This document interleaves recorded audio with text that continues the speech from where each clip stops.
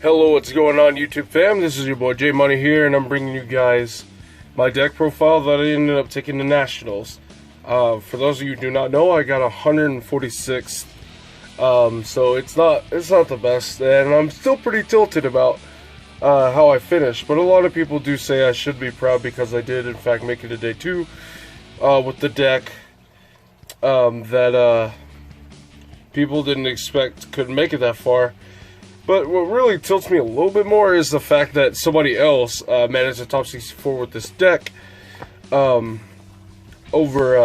me. And, you know, again, you know, a lot of things could also play into factor. I mean, for starters, his matchups. His matchups could really play the biggest key factor into contributing his wins. Because, like I said, if you're playing against Sky Striker or Trick Stars, this deck will auto-win that matchup every single time. Unless your opponent, you know, decides to give you Lazuli and Brilliant Fusion 2 games in a row. So, anyway, we're going to go ahead and start things up.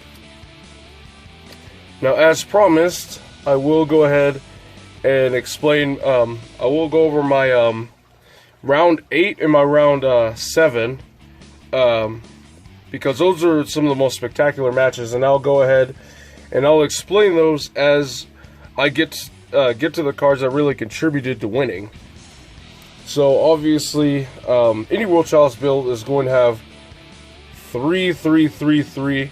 You're doing it wrong if you're not. You're doing it wrong if you do not play all these cards at maximum. They give you everything you could possibly want in the deck. They're your main engines. Guard Dragon, though. This card is really well, it's done the most. The fact that it can just protect Christie if it's next to an Ib or Firewall makes it all the better. 2 Chosen, 1 Beckon. With the Rise of Pendulums again, I knew it was the right thing to keep this in because I needed something to beat over an Abyss Dweller for free without having to waste resources or waste things like an Imduck and, you know, fail to get its effect out because they just decide to make Abyss Dweller. So I did go against Pendulums once, but I didn't need to go into Beckon against the Dweller because I would just spin it back with Unicorn. I went against Dweller one other time, and this actually came in because I did have the unexpected die, and I went Battle Phase and I swung over the Dweller before I even did anything else, so that was huge.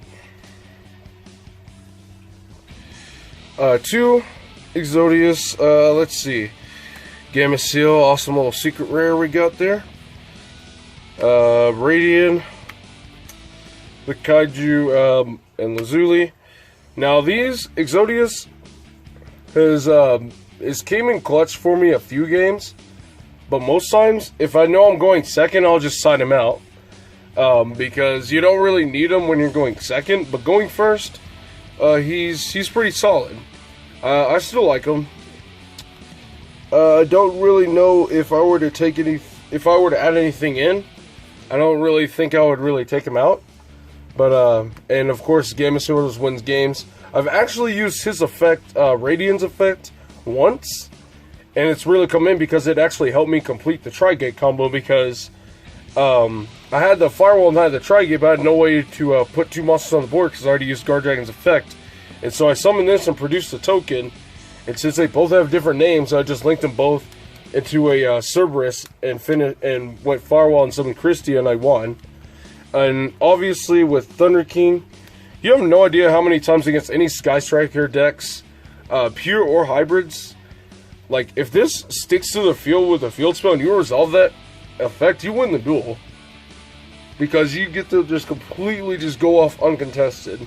Everybody knows what Gamma still does, but nobody even knows what he does. And I'm like, activate effect, remove 3 counters, response, and people are like, okay, what does that do? I'm like, okay then. I said, when this card right here resolves, you cannot activate cards or effects for the rest of the turn. That's from anywhere. Hand, field, grave, which means I get to just completely just go off, uncontested. And they're like, well, shit. And I just extend the hand for a good game, because they know the rest of my cards are resolving, no Droll, no Ash, no Windowakers, no nothing. I get to just go off for free. And the last monster the monster that has won me probably the most games by itself, and that is Archer Christia. This card, I can't say enough great things about it. Again, I say main decking this is the best decision you'll ever make. In fact, my round 8 opponent, which was the Mech 9 vote that we drew against, I wouldn't have ended in a draw if it weren't for Christia. So let me go ahead and tell you about that real quick. So I ended up going. He won the die roll. He made me go first. So I'm thinking he's probably playing Mech Knight, the deck, or something like that. He's probably playing some sort of invoke deck with a bunch of hand traps. So I start with what I ended up doing was I had a good board. It wasn't great, but it was good. I had a triple culling firewall with a Gamma Seal here. So what happens was he played Terraforming, so I'm like, oh, so he's probably playing Trick Stars or something. So I go ahead and get with Gamma Seal, so if he plays anything else, I can start racking in more Kaiju counters. But what he does, he drops his own Kaiju. He drops Dogoron, the Dinosaur Kaiju. And I'm having 3 counters on my board. So he removes 3 counters. I can't respond because there's no more counters for me to remove. Luckily, Cerberus was on the board to protect all my Colinks, and Ib was next to the Gamma Seal. So I sent the Ib to protect the Gamma Seal. So now the Kaiju Field Spell has 1 counter. And Firewall has a double Colink rather than a triple. So what happens here is now he goes Blue Sky.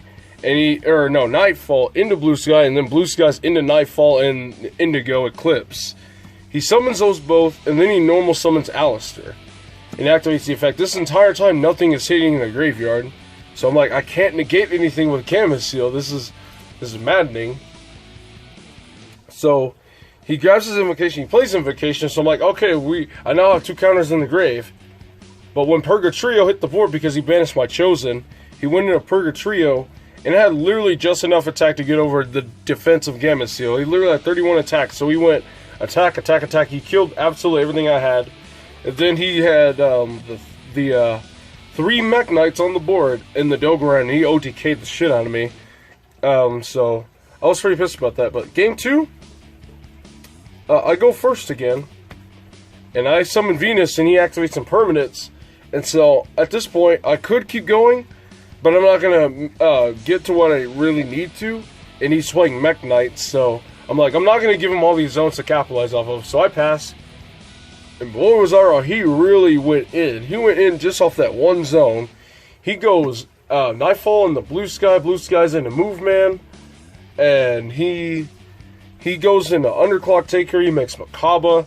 He drops my Venus down, and then he links the Underclock and the Makaba into a Unicorn, makes another Makaba, and he hits me for so much damage. He drops me down to 400 life points. And no lie, I thought I was going to lose, because the whole time I had Christie in hand. I'm like, but I'm thinking, I was like, so he goes main phase 2, and he plays the only card in his hand, and he searches Meltdown. So I'm like, okay, now I know everything he has. But he does have another card set, so I'm like, it could be an Invocation, it could be maybe another Permanence, but I was doubtful. And so what I decided to do is I drew, and I was like, in order to win, I need to put this I need to drop this Christie, I need to kill his Makaba. Otherwise, he'll just grab Alistair back to hand and then just use his hand trap effect and game me with it. So I make my Aurum play. The entire time I'm going off, I'm playing around on permanents, because before I made Aurum, I had Guard Dragon in hand the entire time because I had searched it last turn. Or no, not last turn. I searched it that turn before I made the Aurum, and he read it, so he knows if he has anything to stop my Aurum, I could just negate it. And so what I did was, after I made my Aurum, I used Legacy's effect. I summoned 2 from the deck. I summoned a World Legacy, and I summoned a Lee, and I searched the Guard Dragon. And I pitched Christie to the grave to add Lee to hand. And I used Aurum's effect and brought back the Christia.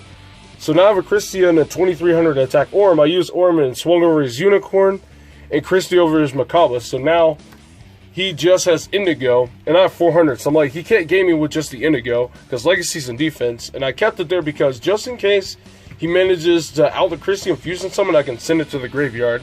So he goes, and he And the one thing I forgot was that Purple Nightfall was banished the previous turn, so he got to come back.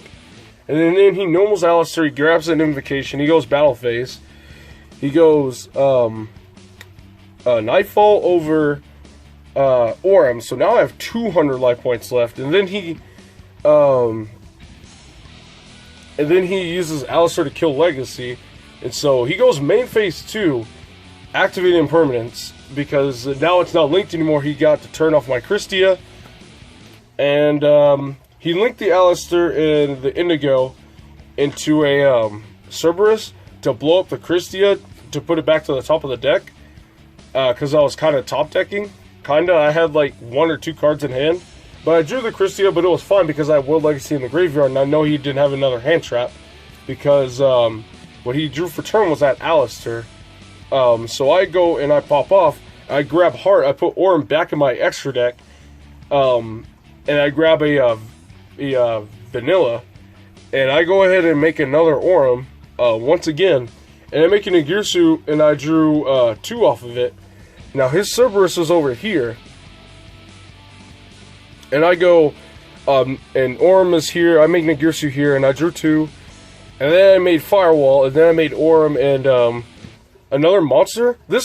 Now keep in mind when I drew the Kaiju Field spell, so I already had Gamma Seal. And I made Trigate, so it's double co-link with Firewall and Cerberus. And I go Firewall, I summon the Gamma Seal, but he has perfect life points. So after I Ningirsu sent his Nightfall, I went Trigate, banish the Cerberus.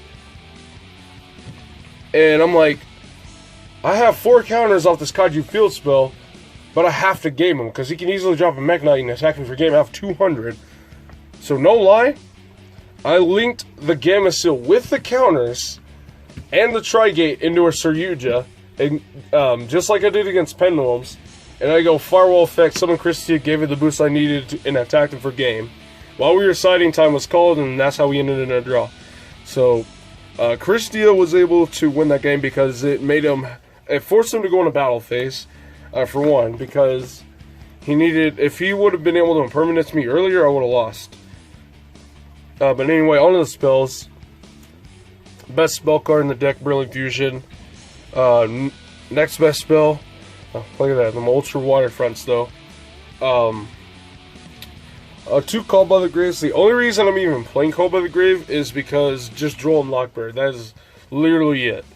That is the only reason I am playing Called by the Grave, is just to stop Droll and Lockbird, because I want to play Yu-Gi-Oh! So there's that. Next we got the non-broken one-ofs. Okay, this Foolish Burial is broken one-of. Transmodify, Foolish Burial, Emergency Teleport, and Unexpected Die.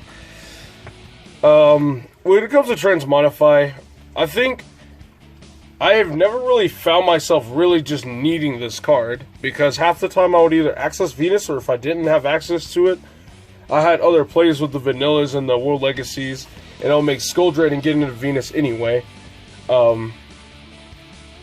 I think like there's literally only one time throughout the weekend that I really wish I had this in hand. So I mean, it's not really like too needed. If I see it, great. If not, I'm not sweating it. I'm not stressing it too much. Next we got the good spells. We got the Soul Charge, the Secret Monster Reborn. Finally we get a rarity above Ultra. World Legacy Succession, and World Legacy's Heart, also Ultra. Finally, this card right here has probably been like, this has carried me through so many games that I don't like win turn 1. Like literally the ability to just unload my entire hand and partially have my board like cracked or something, and then just use Legacy to add Heart after my draw for turn, grabbing lead a hand, and then activating this and grabbing another like 2 cards is like super valuable. It just allows me to pop off so much harder the next turn when there's already been pressure put there. And the reason why we win going second, because Evenly is just retarded. 2 Evenlys and a Shade-Breaking 9. Now on Thursday with that massive Jace tourney, I had 3 Evenlies and 1 Forbidden Lance in the main. Those got taken out for the 2 Call by the Graves. So 1 Evenly and a Lance got moved to the side deck. And another thing, Arsenal Christia, not a brick. Not a brick whatsoever, because going second, you're guaranteed to play it. Going first, you're guaranteed to play. Going second, you'll break a board. Even if you don't break it fully, you can just crack their board just a little bit, summon the Christia, and you still win the duel. Because it's like, what are they gonna do? They have 1,800, 2,000, 2,500 beaters that don't do anything and can't out Christia. Like, and the cards that can out it, you deal with it during your turn before you drop the Christia anyway, so you just win. So, onto the side deck, 3 Joel and Lockbirds. You want to know how many times I sided these? 0 times. I did not side these in at all. Like, literally the only reason I even contemplated on playing these was because Goki's, and I knew the top logic card was going to be live. Like, against Sky Striker and Trickstars, I didn't care if they searched, because all they did was just search, and they don't really get anything good. Besides Reincarnation, I can play around Reincarnation very easily. So, Joel was literally only being sided against Goki's, and I didn't play against them. You want to know how many times I sided for Chalice? Once. I sided this once against, what's his name? I sided it against, I think I sided it against Zephyrs. I think that's what it was, just so, I don't have to deal with, constant counter trap searches, but I never saw it, so, these are really, do too well for me, because, again, I didn't really need to side these cards. Evenly, 3rd Call by the Grave, and Forbidden Lance. This card really, I'm really thinking about playing multiple copies of these. Either that or Saravis. I might just play 2 Saravis in the side deck, or try to find space in the main deck. That would only go in the main deck if Joel and Lockbird stops being, like, just like such an influence in the meta. If Joel and Lockbird wasn't in every single deck, I'd probably be playing Saravis. No questions asked. Next, we got Unending Nightmares. I actually sided this in against a few matchups. I would side this in against Trickstars just in case. I don't like make a board because I get hand trapped too much, and I'll just nuke their light stage and stop them from getting everything they need. Anti-spells, I sided this in equally as much against Trickstars, Sky Strikers, because all you need to do is slow them down for 1 turn. 1 turn's all you need, and you're gonna kill them. Next, the last card, Hatronades. Every time I saw this card, I won, because I knew I was going second, and I knew the decks I was siding it against, it was going to just blow them out absolutely, completely, no doubt about it. Now for the extra deck. We got our 1 copy of our Faithful Seraphonite. We got our 3 Ultra Imducts now. Probably the best card in the entire extra deck because, I mean, we play 3 of it.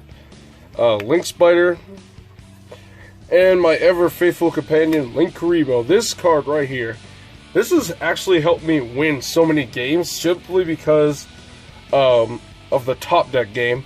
Now, this is how my most spectacular match in round 7 went down. Game 1, I auto-win. I make a double culling Firewall with, like, I made Ib Firewall, Trigate, Cerberus, Skuldred, and I dropped Christie over here against the hybrid Sky Striker Trickstars. There was no way he was beating that. Like, he could not play. Game 2, he hits me with double Reincarnation and double Licorice, so he burns me for a lot.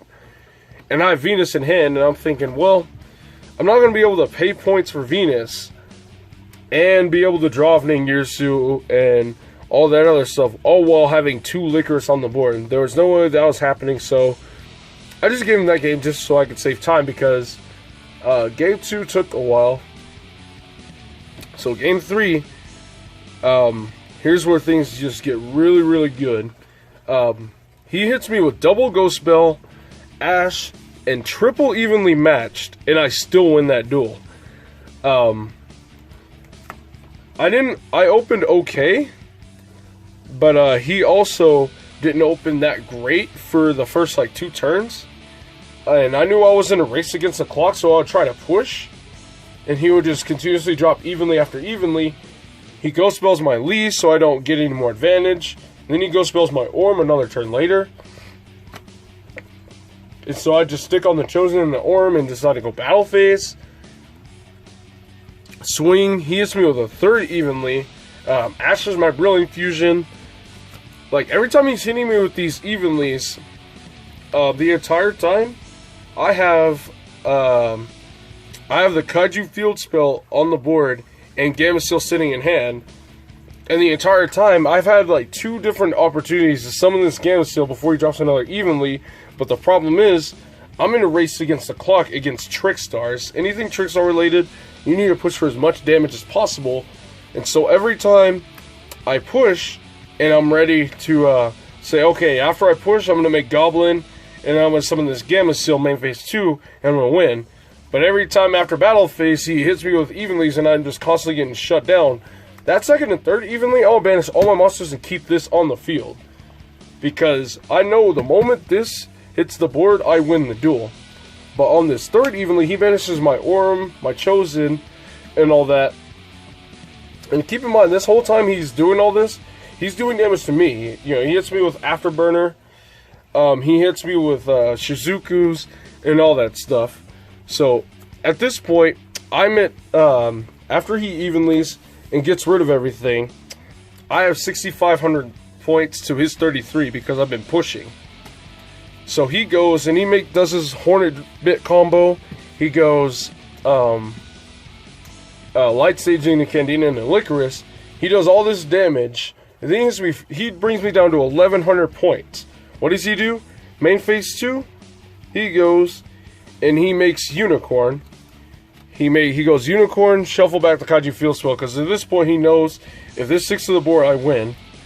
So I have no cards on field. This is the only thing in my hand. And what do? What do I top deck into? I top deck into a vanilla. So I'm like, I think this can work. So I pulled off the most spectacular bullshit. I go Banish Legacy. I was at fine, you know. I add Heart. I activate Heart.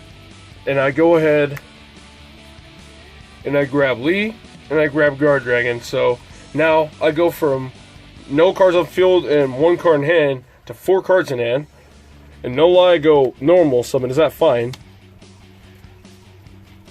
And I go Link Karibo. That cool. Yeah.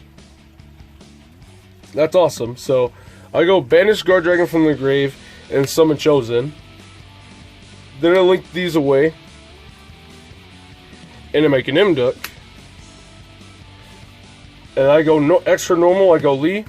That good effect. I search Legacy to the hand.